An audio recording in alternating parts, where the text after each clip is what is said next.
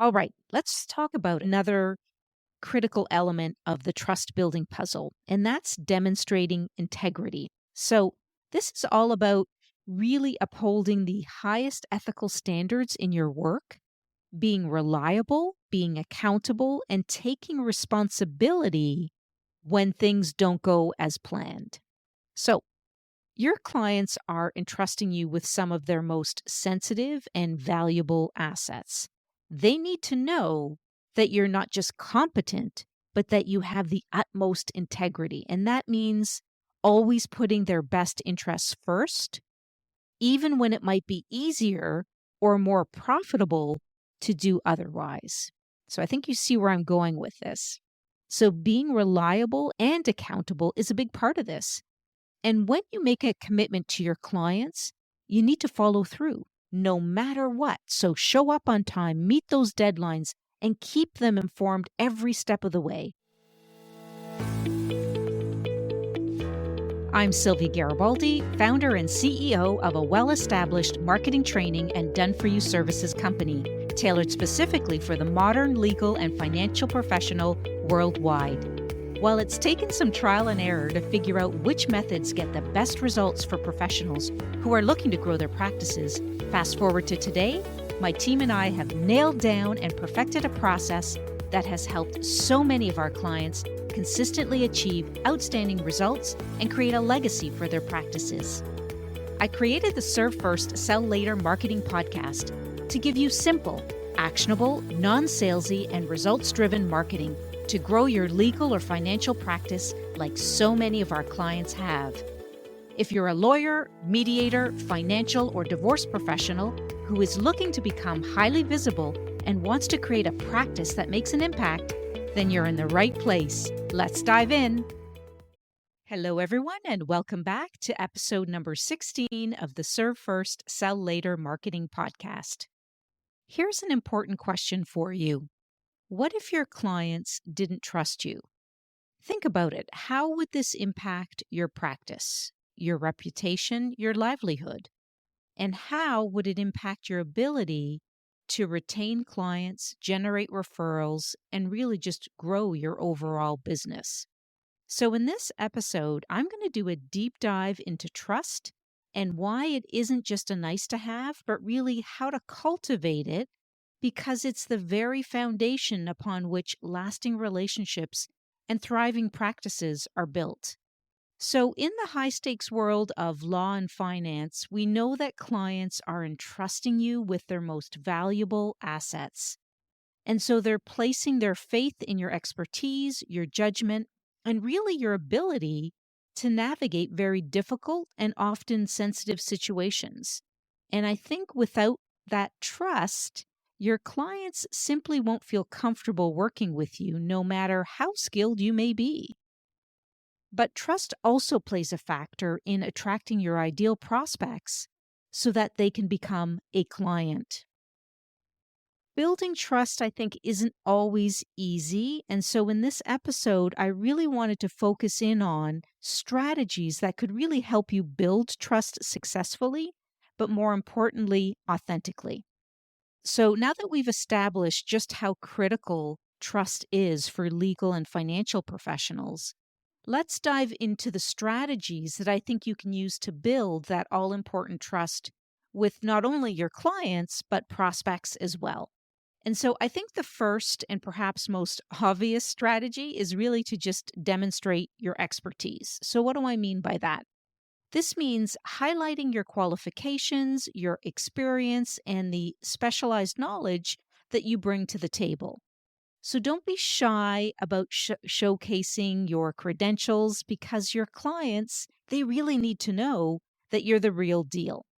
But it's not enough to just rattle off your resume, because I think some of us may do that. It's super important that you bring that expertise to life through some real world examples. So think about how you can share relevant case studies or client success stories that really demonstrate how you've helped people. And I think that these stories, they help to humanize your expertise and show your clients the tangible impact that you can have. So I hope this is resonating with you. And I think it's also important to position yourself as a thought leader in your field. And this means going beyond simply reciting the facts and the figures. Really think about how you can show your deep understanding of the industry, of the trends out there, and the issues that really keep your clients up at night. And I think that's really important. So when you combine your impressive qualifications, your proven track record, and your thought leadership, I think what you're doing is you're really demonstrating your expertise. And I think that's incredibly powerful in building trust, especially when you combine all of those things. And your clients will feel confident that they're working with someone who truly knows their information and will deliver the results that they so desire. Now, I know what you might be thinking. You might be saying to yourself, I don't want to come across as arrogant or boastful if I'm constantly touting my expertise. So, how do I avoid that? And I think that's a really valid concern. The key is to strike the right balance. You want to be confident, you want to be authoritative, but you also want to be humble and approachable. And I think when you share your expertise in a way that feels genuine and helpful, it won't feel like self promotion. So, another important strategy for building trust with your clients and prospects is transparent communication. And I think being upfront about fees, processes, and potential risks is not just good practice, but it is important for establishing trust and credibility. So, when it comes to fees, transparency is key. Clients really appreciate knowing exactly what they're paying for and why. And so, if you're clear with your pricing structure and any additional costs that they may incur, and what they can expect in terms of billing, I think when you can set those expectations, you will start to build more trust, especially if you're keeping to that structure. So, by being upfront about fees from the start, you're really setting the stage for a relationship that's built on trust and mutual understanding. But I think transparency goes beyond just money, right? It also means being open about your processes and the potential risks involved in your work. So I think clients have demonstrated over and over again that they want to feel informed, they want to feel empowered to make decisions that are right for them. So by laying out the steps that you'll take, the timeline that they can expect, and any potential pitfalls along the way, you're actually demonstrating that you have nothing to hide and that you value their trust. So it's another great way to demonstrate trust. When you encourage open dialogue, I think that's a really important element to transparent communication. So please make sure your clients feel comfortable asking questions, expressing concerns, and sharing their thoughts with you. I think this is often missed with professionals. They get so into the details about the technical aspects that they forget about ensuring that their clients feel comfortable to ask questions, to not be afraid to express their opinions, and to be honest about their situation with you. And I think when you can provide transparent communication, you will get clients who will actually open up and be more honest about their situation. So I think creating a safe space for honest conversations where they can voice their needs and expectations without the fear of judgment is paramount. And I think you really need to lay that foundation. And don't forget to manage client expectations by setting really clear boundaries. So let them know what you can and cannot do for them, what timelines are realistic, and what outcomes they can reasonably expect. So by being honest about what you can deliver, you're actually avoiding setting false expectations that could lead to disappointment down the road. I think we all want to make sure that we are avoiding that.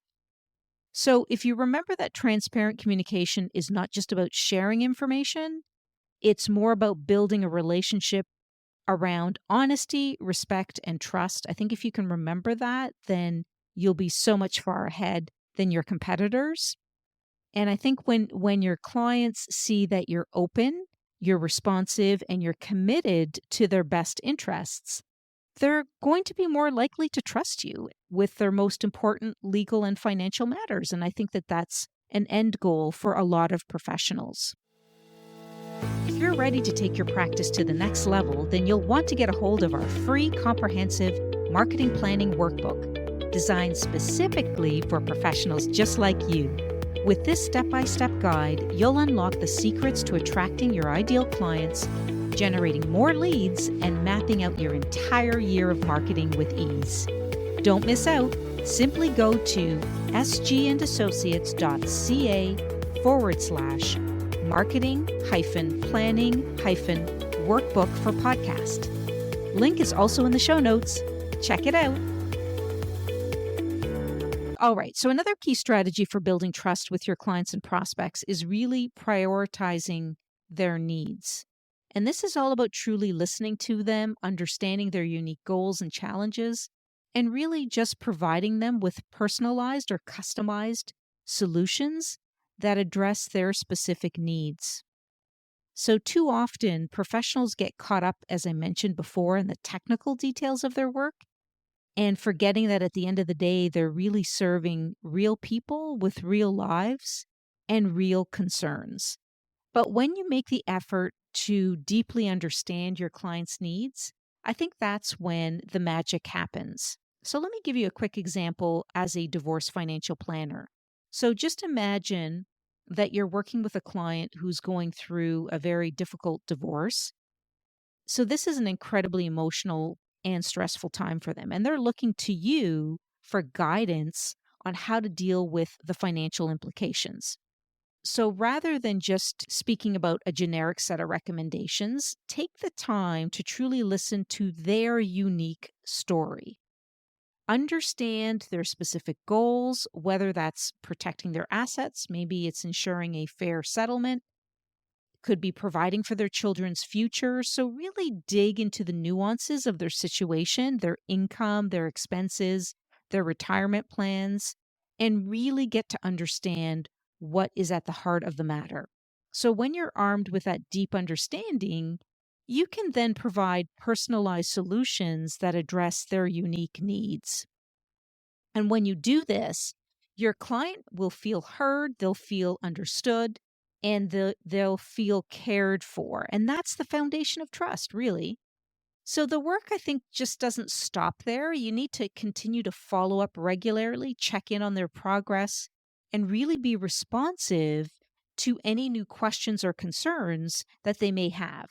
So show them that you're not just a one and done service provider. You're really a true partner who's there to help them, and you're really invested in their long-term success. And when you prioritize your client's needs in this way, you demonstrate that you're not just in it for the paycheck, but because you genuinely care about their well-being.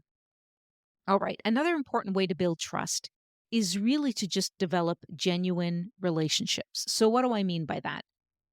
Very simply, this goes beyond just the professional interactions. It's about investing time in getting to know your clients on a personal level, really showing that you care and that you have a genuine concern for their well-being.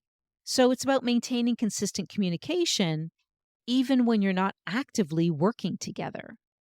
So think about that. Do you do that on an ongoing basis? Most professionals don't. So it can be easy to treat clients as transactions rather than individuals with their own stories, their own struggles, especially when you're busy running your practices. And I think it's super important to take the time to truly get to know your clients on a personal level. And when you do, you actually start to build a connection. And that is where trust also starts to build as well. So when you're showing that you really care about your client's well-being, it's really a powerful way to just deepen that connection. So I think when appropriate, ask about their families, their hobbies, show them that you see them as more than just a case, and make them feel valued as individuals and not just as clients. And I think when you do that, that's when the trust really starts to build. So consistent communication is key to nurturing those relationships over time. So when you stay in touch with them, even when you're not actively working together, that really demonstrates that you care. And I think doing things like sending a birthday card, maybe checking in after a major life event, or sharing relevant articles or resources that might interest them, that really demonstrates that you care. And so when you do this, you're showing them that you're there for them, and they will remember that. They will remember that. So I want you to think about the impact of a client who knows that you genuinely care about them, who feels seen, who feels heard every time that they interact with you. I want you to think about the impact that that can make. And that kind of relationship isn't just built on expertise or transparency, it's built on trust, respect, and genuine connection. And I think that this should also be built into any interactions that your clients or prospects might have with your team as well. So, your clients and prospects, they might feel at ease with you already, but think about, what if they had an interaction with one of your team members where they didn't feel a sense of trust, or they felt ignored, or they felt unimportant? I'm sure a lot of you listening to this may be able to relate to that. So it's important that you go beyond just having you build the trust. You need to ensure that trust is a part of your company culture. That's going to be super important. All right, let's talk about another critical element of the trust building puzzle, and that's demonstrating integrity. So, this is all about really upholding the highest ethical standards in your work, being reliable, being accountable, and taking responsibility when things don't go as planned. So, your clients are entrusting you with some of their most sensitive and valuable assets.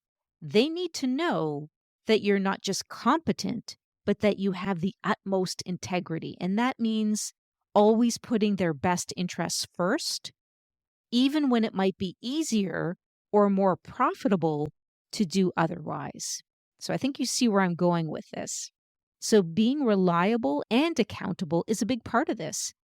And when you make a commitment to your clients, you need to follow through no matter what. So show up on time, meet those deadlines, and keep them informed every step of the way.